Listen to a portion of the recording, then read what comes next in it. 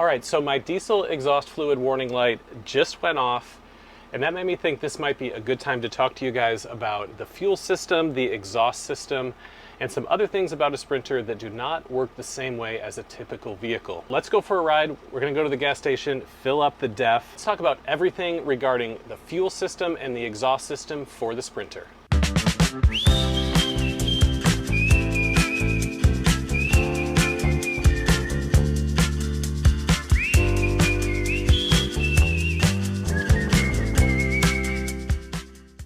Let's first start by talking about the different types of diesel fuel, because there are definitely some misconceptions and misunderstandings about what type of fuel is the best to put in a Sprinter.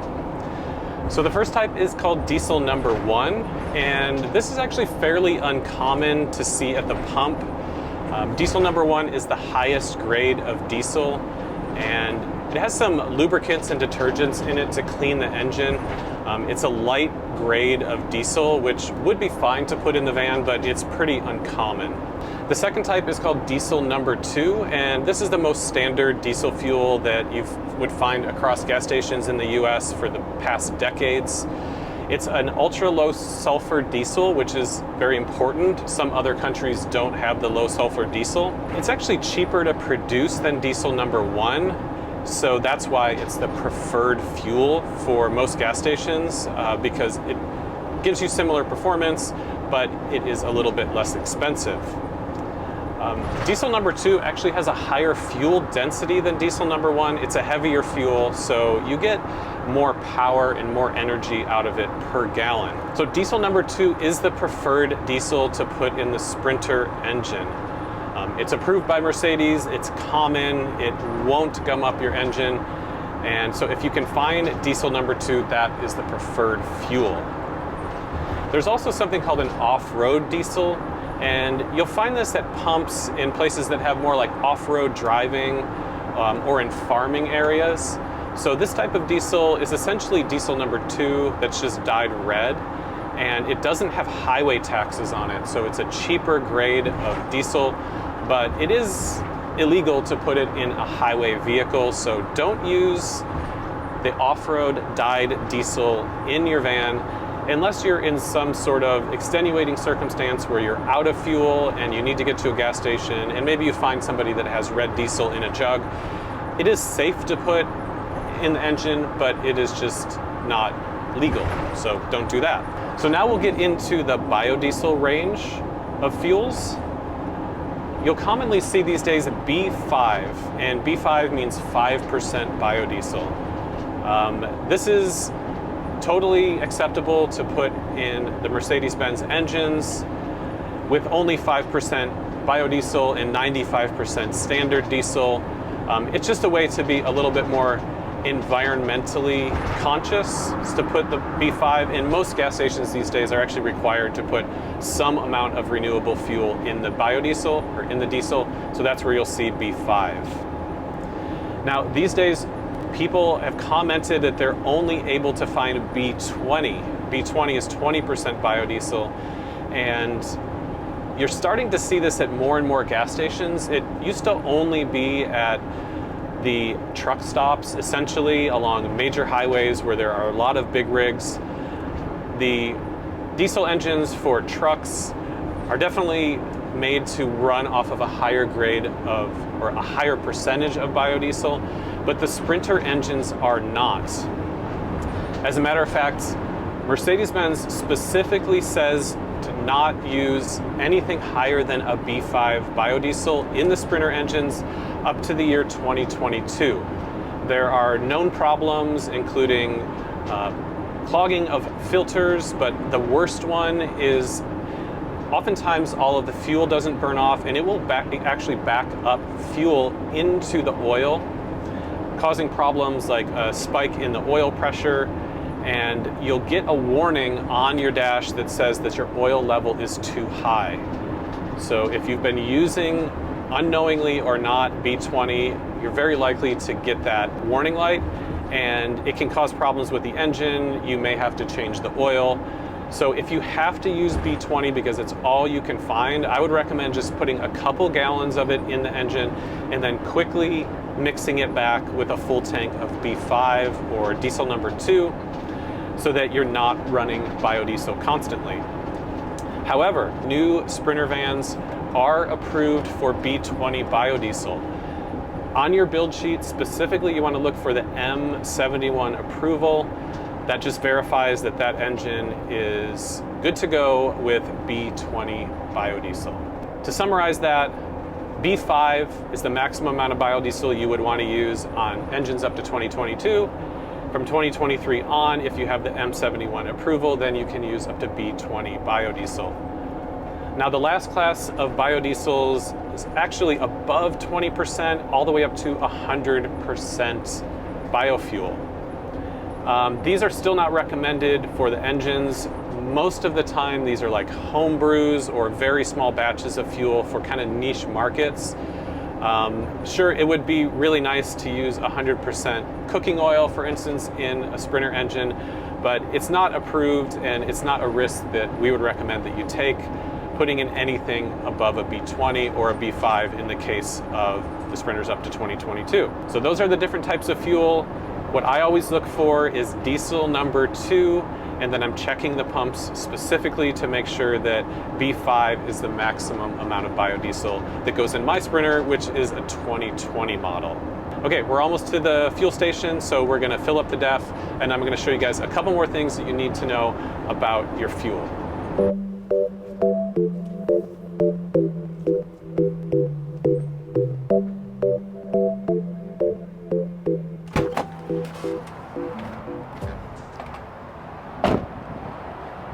All right, so there are 2 ways to fill the DEF.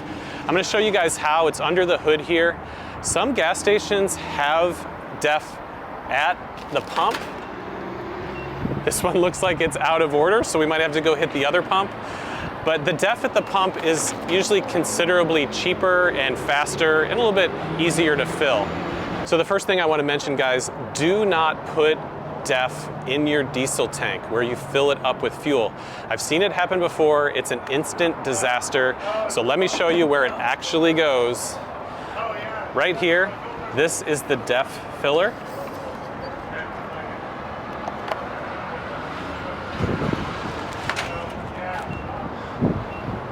And you would simply use it the same way that you would fill up the diesel fuel. It goes in here, pull the handle, fill it up. They usually take about 5 gallons, and then carefully take it out. There is a little spill catcher here because this stuff can be a bit corrosive. It's not extremely dangerous, but you don't want to get it on you, and you definitely don't want to get it on any of the metal parts in the van. I like to fill up with DEF at the fuel stations, again, because it's less expensive and it's easier, but since this one is broken, let's go grab a jug of DEF and I'll show you how to do it the manual way. By the way, guys, hood struts on your van, highly recommended. There's one on each side. You don't have to use the little bar latch there. Holds it open, it's a lot safer and it's never gonna fall on your head, so definitely grab some hood struts. There's a link in the description if you wanna get those from the website. All right, let's go fill the DEF. So here's the DEF stand. Looks like since they're out at the pump, we're down to the last one over here. It looks a little ragged. Let me see if they have better ones. That one looked pretty torn up.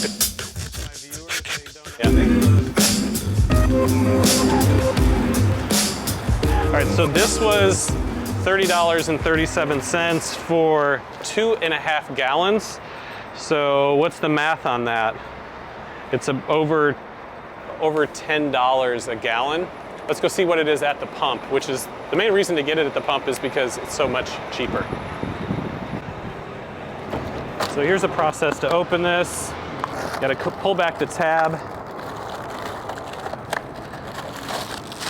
Find this little nozzle.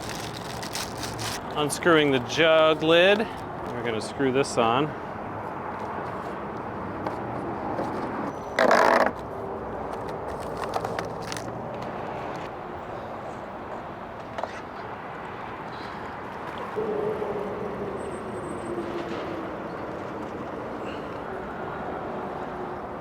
Filling this way is kind of a pain. And then now, of course, we have this cardboard box and this plastic jug that are gonna be trash. So if you own a Sprinter, find a local gas station that has diesel exhaust fluid at the pump. It'll be a lot cheaper and you won't have all this waste.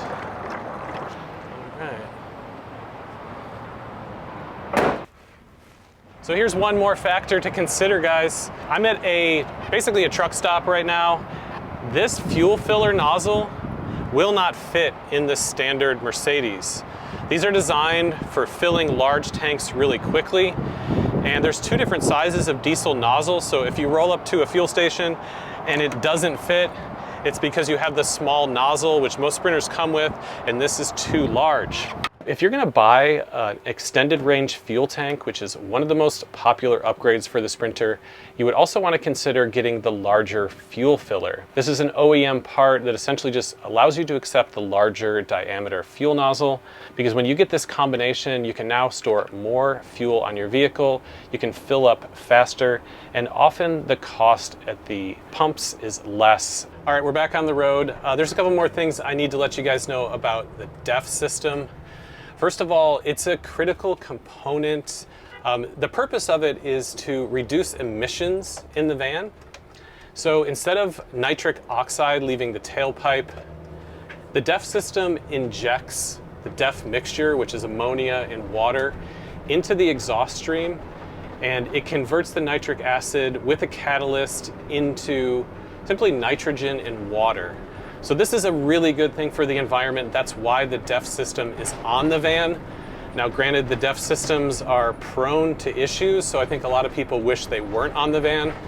But anytime you can reduce the exhaust and the emissions, which the DEF is said to reduce the emissions by 90%, instead of having nitric oxide in the air, it's simply nitrogen and water, which is totally inert. So being a critical component, if you let the DEF get too low, the van will go into a mode where it's going to tell you how many starts you have left until it goes into limp mode.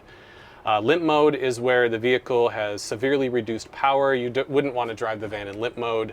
It's basically only to get you to a service station. If you don't keep the DEF up when the warnings go off and you just keep driving it, eventually the van will shut down. So moral of the story, guys, is pay attention to your DEF levels. Don't let them go below 50%, and find a fuel filling station that has DEF at the pump that you regularly use. You're only going to need to fill the DEF approximately every 4,000 to 5,000 miles. You'll need a new tank of DEF. So you don't have to do it that often. So make sure you're taking care of it and avoid common problems. DPF stands for diesel particulate filter, and the DPF is an exhaust after treatment device, and its primary job is to prevent black smoke from being exhausted during acceleration. So the DPF filter is there to prevent those emissions. Right, so there is the DPF filter right in front of the catalytic converter. This is a 2021 Sprinter. On the newer models, they've moved it up further into the engine bay, but that's where it's located on the 2021. So it's really important to let the diesel particulate filter burn off and go through the cycle. So this is where you can watch it and see what the level is. It will go up over time, and then when it gets to 100%, the burn off cycle will kick in, and you can actually watch it go down over the course of a few minutes to 0. It does this automatically, but only when the diesel particulate filter is hot. It will actually do back pressure in it and create temperatures above 400 degrees, and these are needed to burn off the soot and everything that is accumulated in the filter.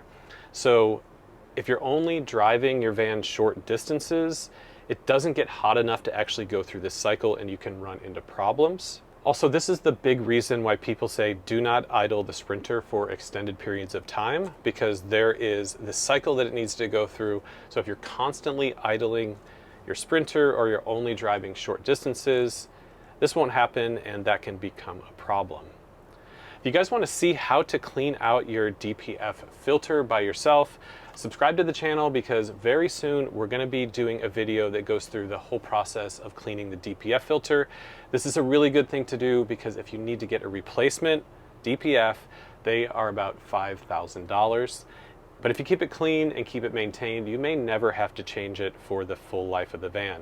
Hopefully that dispels some of the confusion around the fuel and exhaust systems on the Sprinter, and hopefully you guys learned something about how to take better care of your Sprinter. These are expensive vehicles, so you want to make sure you're doing everything you can to take the best care of it possible. Subscribe to the channel, guys. We're going to do more educational videos like this for you. As always, thank you for watching, and we will see you guys again next time.